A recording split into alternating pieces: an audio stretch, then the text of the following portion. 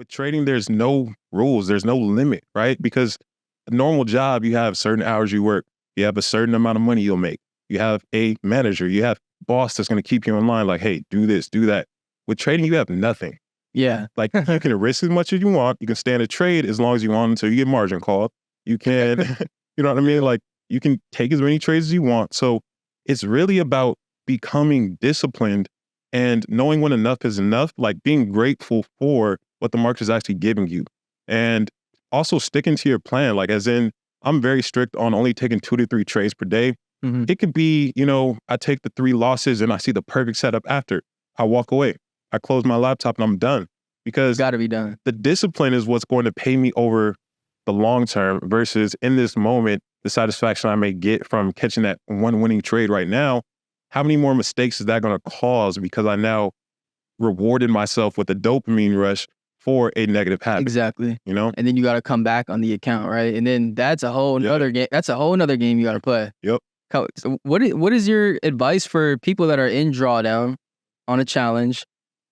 Let's say they started off the challenge on the wrong foot. They're down, I don't know, 5%, whatever it is, and they need to come back now to break even before they can even get into profit. What would you say for people in that situation? What is a good piece of advice? Okay, I have 2. It's 2 different perspectives. So the first one would be, once again, getting back to the present moment. As soon as you go into drawdown, this is the biggest trick I feel like that trading has over us is it's against our natural psychology. Yeah. So as soon as we go into drawdown, we go into fear mode. We're like, oh no, we have to protect ourselves. We don't like this feeling. How can we get out of it? So we're like, oh, well, if we over leverage now, we can get out of this drawdown quicker. But once again, we think about the reward. We don't think about the risk. So the biggest thing is being present and understanding that a drawdown is normal. A drawdown is normal. And I think like now we have a lot of younger traders in this industry, but the people who have been doing this for years, I mean, they've experienced 5%, 10% drawdowns on live funds. So you have to understand that this is normal. It's a pattern that has to play out. Mark Douglas even talks about this in detail in Trading in the Zone, but he talks about how if you flip a quarter or any coin, you have a 50-50 chance. Mm-hmm. So as long as you have a profitable strategy, you've back tested it, your risk to reward is probable. Like mine is a minimum of 1 to 3 risk to reward for my trades. Interesting. Minimum. So I know that even if I only win 3 out of 10 trades, I'm still profitable. You can suck. Yeah, I can suck. It's still exactly. Make money. So my mindset on that is why wouldn't I put the odds in my favor if I know this game is rigged against me? Yeah. So that would be the first perspective is keep yourself grounded in the present moment. Do not place a trade on that account if you had negative thoughts. Put yourself in a positive mindset, whether it's through repetition of the outcome you want, visualization, meditation. Get yourself calm first before you approach it. The second part of that would be understanding that it's not the end of the world if this account goes to the wayside. Mm-hmm. You know what I mean? Like before, I feel like it was more so of like, man, this is my personal capital. I felt more attached to it. And if I blow this whole account or dig myself in this hole, it's like, 100%. That's a lot more capital because think about it. You put your own 10K or 20K in account and you see that dwindling. Yeah. That's like a permanent pain point. Yeah, you don't feel that. Yeah. And I mean, I totally get it as well. Like these challenges aren't particularly cheap, but we have to understand that there's rules in place on top of normal market activity. So it's not saying you're a bad trader if you fail a challenge or going to a drawdown. It's normal. Completely normal. It's normal. Exactly. So my whole perspective on that too is you have to understand it's kind of, once again, risk to reward game of taking challenges. You may particularly go into a drawdown you feel like you can't get out of, and let's say you lose one. It's okay. Take that next challenge, but make sure you're in the right mindset. And now look at the risk to reward on that. Maybe you spent $1,000 on challenges, but you make $2,000 to $3,000 on the next payout. Yeah.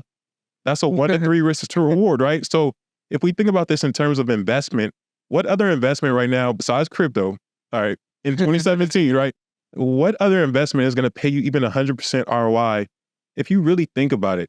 Now there's no time limit on, phase 1 and phase 2, which is amazing. I think that's awesome. But at the same time, it's like before you had a limit of basically 90 days, right? So for the phase 1, 30 days, and the second one, 60. That means in a month and a half, you could see a 100%, 200% return on your money And you guys were giving like crazy deals where, you can keep 15% of phase 1 and phase 2. There's no better deal. It's a no-brainer. You know what I mean? Like, as long as you know that you're profitable and you train for this opportunity, it's a no-brainer. What pair do you trade? Euro USD. Euro USD. That's my baby right there. That's all you trade? Yeah, that's all I trade probably for like the last 4 years. Nice. So a lot of people really recommend, I've been hearing a ton of people recommending that lately for like brand new traders. Yeah. Like do Euro USD.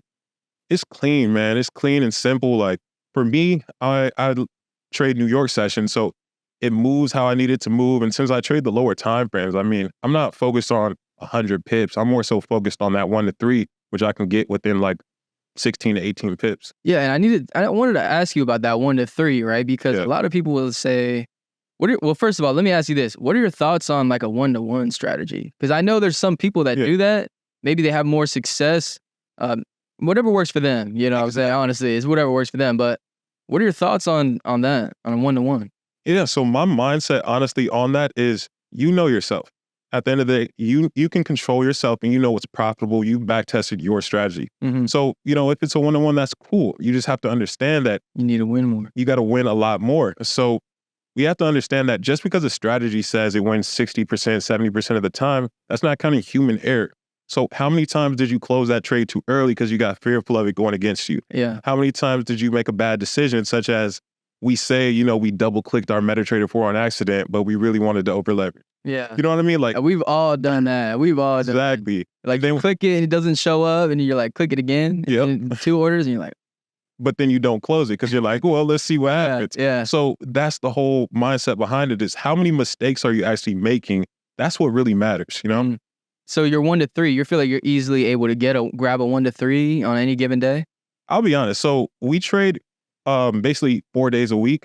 Not saying we have to take a position, but that's when we look for positions. So Tuesday through Friday. And to be honest, it's more so of an approach of the market of that's what I'm going to take, or I'm going to take nothing. And it's helped me so much because the market fluctuates so much. I mean, of course we can predict to say we want it to run this high, or we want it to run this low. But at the end of the day, if we get too focused on that and we go for, random targets such as this liquidity is, 1.1 away and this one's 2R, there's no consistency. There has to be structure to it. And with the 1 to 3, once again, it puts the odds in your favor very quickly and easily. And since we trade the 1 minute time frame, I mean, we can see that 1 to 3 play out within 2 hours. Yeah. Have you ever traded other pairs, or has just really been Euro USD? I mean, honestly, when I first started trading, I was kind of just going with anything. And I realized that is another factor that I feel like plays into a lot of people's inability to be disciplined, is the fact that, for an example, diving into correlation, right? So you think that, if Euro's going up right now, UJ has to be going down, but you realize there's all different correlations. There's all different, and then you think about a pair like UCAD and it has influences from oil, and it's so much deeper than most traders even understand. So it's more than just clicking buy and sell here and there. And I feel like just going back to one pair, it made it so much simpler, way more focused. And I feel like you can align with that pair better by studying it. So if I go to sleep tonight and I looked at it and I'm like, okay, it's sitting at a higher high, it's made this pattern, I'm expecting a potential move 30 pips down to here, and I'm going to look for that demand level. Try to do that times 5 and remember exactly where the pair's at. It's not possible. It's not possible. So I think that in itself just kind of grounded me in one pair, and I've seen a lot of success with it.